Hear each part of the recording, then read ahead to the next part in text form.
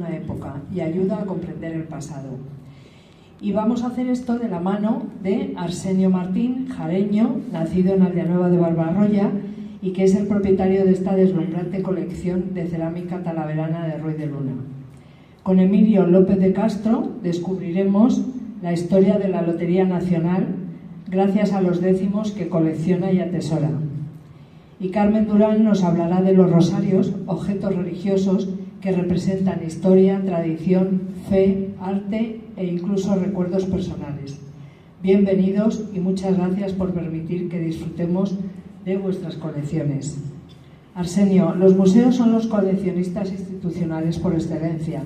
Más allá de ellos, los coleccionistas individuales como tú ayudáis a mantener viva la memoria colectiva, asegurando con ello que futuras generaciones aprendan y aprecien estos momentos históricos.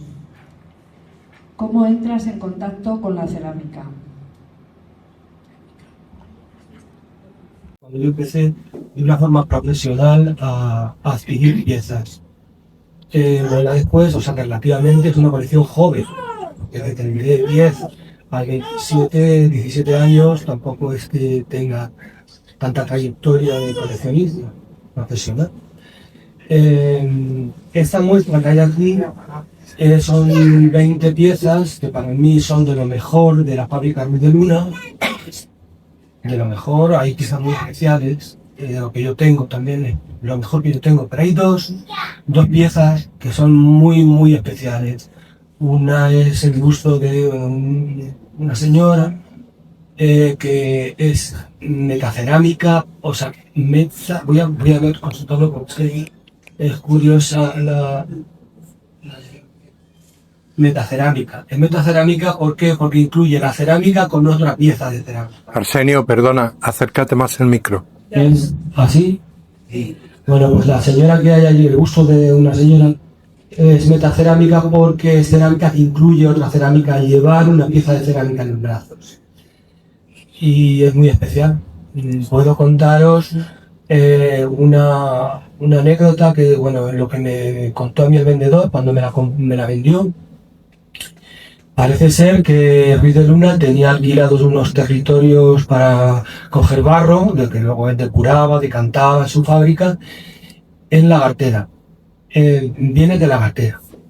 Y la señora le dijo que, como tenía cierto compromiso Ruiz de Luna con él por el tema del alquiler de las tierras y tal, vio la pieza y le dijo, ay, que me gusta, quiero que me hagas otra. Pero parece ser que se le rompió, no hay otra, no hay más que esta. Y al final pues se quedó con ella y proviene de esta relación que es curiosa. Y luego hay otra pieza que también es muy interesante, que es súper especial, que es el escudo heráldico, que yo cuando lo vi me interesó mucho porque, la escultura no tiene firma, pero está catalogada en los catálogos que tenía Ruiz de Luna, y por eso sabemos que la hacía en la fábrica. Y además luego por el estilo, la forma pictórica, los materiales, etc. Luego, volviendo a la otra pieza, que para mí también es muy... En el catálogo que hicimos, en la portada está la señora y en el dorso está el escudo heráldico. El escudo heráldico yo lo vi y me impresionó la firma. La firma es Juan Ruiz de Luna Enrique Guijo y Cía. Con esta firma hay muy pocas piezas. Enrique Guijo estuvo 2 años nada más, con los primeros de la fábrica, y me interesó la firma, y luego ya poco a poco pues me interesó. Sobre todo también me interesaba el propietario, a quién iba dirigido, quién era ese señor. Yo no tengo nada de heráldica, no conozco. Pero empecé a estudiar, ver en internet todos los casetones, todas las medallas, pregunté a militares, me dijeron las 3 medallas que cuelgan del escudo, las que eran, vi listados en internet de personajes que habían sido condecorados con esas medallas, que no son muchos, me aproximé, venían por años, fui decantando por años, por la fecha del escudo, y fui coincidiendo en las que era el Marqués de Comillas. Y luego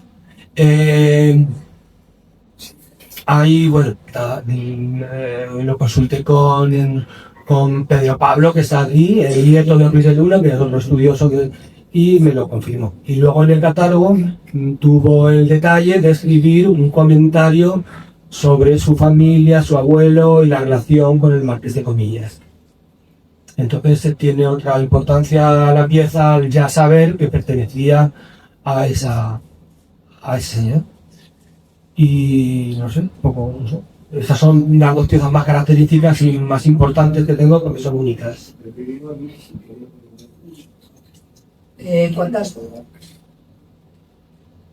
¿Cuántas piezas? ¿Cuántas piezas? No. Tienes que apoyarlo. No la boca, pero... ¿Cuántas piezas tiene tu colección, Arsenio? Porque aquí nos has traído 20 solo, pero tienes muchísimas más. Yo no sabría decir ahora mismo cuántas piezas tengo en total. O sea, yo colecciono piezas de cerámica de Talavera y de Puente del Arzobispo desde los siglos XVI aproximadamente. Las más antiguas son del XVI, siglo XVII, siglo XVIII, siglo XIX y siglo XX. Yo me interesaba exponer las piezas de la última, desde el siglo XIX, de 1800, sobre todo Ruiz de Luna y las piezas y las fábricas contemporáneas a Ruiz de Luna, que bueno, pues se conocen, pero quizás no estén del todo estudiadas, y la relación que mantienen entre ellas. Entonces yo he ido comprando piezas de esa época, del 19-20, de principios del 20. En el Museo Ruiz de Luna, en el 2020 creo que fue, en el 2020, fue cuando expuse, o sea, hace sí ya 7 años, que pasa volando el tiempo, hicimos este catálogo y allí expuse 200 piezas. 200 piezas de Talavera, Fuente, de los siglos XIX y XX. Y entonces, pues, en total no te puedo decir las que tengo. Pero sí, a lo mejor 350 o 400. Seguro que eres un gran conocedor del vocabulario derivado de la cerámica. ¿Nos puedes decir algún término, alguna palabra que te haya llamado más la atención, más curiosa, más...? Pues la que utilizamos ahí muchísimo es el atifle. El atifle es la borriqueta de 3 patas que se utiliza para separar una pieza de otra y que el esmalte, hay veces, si tenéis algún plato con cierta antigüedad en vuestra casa y veis que tiene 3 puntitos, eso, así despostillados, del barro, que no tiene esmalte, 3 puntitos, pues es del atifle. Es porque se pone un plato con el esmalte, el atifle, otro plato, el atifle, y entonces luego das un pequeño golpe y se despega. Pero queda la señal esa pequeñita de los 3 puntos, que lo habréis visto, es una borriquetita de 3 patas, atifle, muchísimas, no sé, barbotina, que es el barro líquido, alizar, muchas. Supongo que al ser coleccionista, el ser coleccionista te ha unido a personas con intereses afines, con los que habrás intercambiado conocimientos, además de crear nuevas amistades. ¿De todas esas personas, alguna en especial? Pues sí, todas. Cada uno tiene su punto. Pues hay coleccionistas muy importantes que nosotros conocemos y con colecciones impresionantes. Yo, cada vez que voy a ver las nuevas adquisiciones que tienen, bueno, ni en ningún museo, ni en el arqueológico, ni en ningún museo que yo conozca, tiene la cantidad y la calidad de piezas que tiene este amigo mío que es coleccionista. Luego hay coleccionistas también, nobles, bueno, pues, que tienen buenas colecciones, de Ruiz de Luna, y ya no son muchos amigos. Y no sé, gente relacionada con la cerámica, pues eso, que haces amistad con ellos. Muy bien, pues si quieres explicar... Bueno, una cosa que me llama la atención es, el mismo motivo lo suelen usar en platos, en orzas, en jarrones, por ejemplo, los cartones de Goya, ¿no? Hay pinturas que se copian y que se repite en la misma pintura en diversos elementos. ¿Es frecuente? Bueno, no diría yo que fuera muy frecuente, porque para repetir ese contenido, esa historia culta, no hace falta ser un medianamente buen pintor. Entonces, no en todas las talleres cerámicos hay pintores excelentes que te puedan reproducir una pintura de Goya, ¿sabes? Entonces, bueno, ya sabemos cómo está la cerámica, es lo popular, que tiene muchísima gracia, son muy bonitas, pero una historia culta con de Goya, Velázquez o un retrato, tal, es más complicado. Entonces no va a ser tanto. Pues, ¿queréis hacerle alguna pregunta o hacemos luego al final un turno de preguntas? Al final.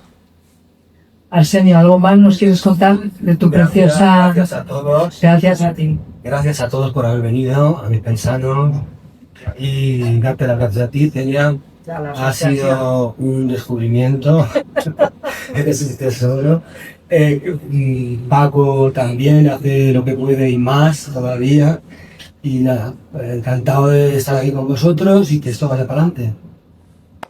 Gracias.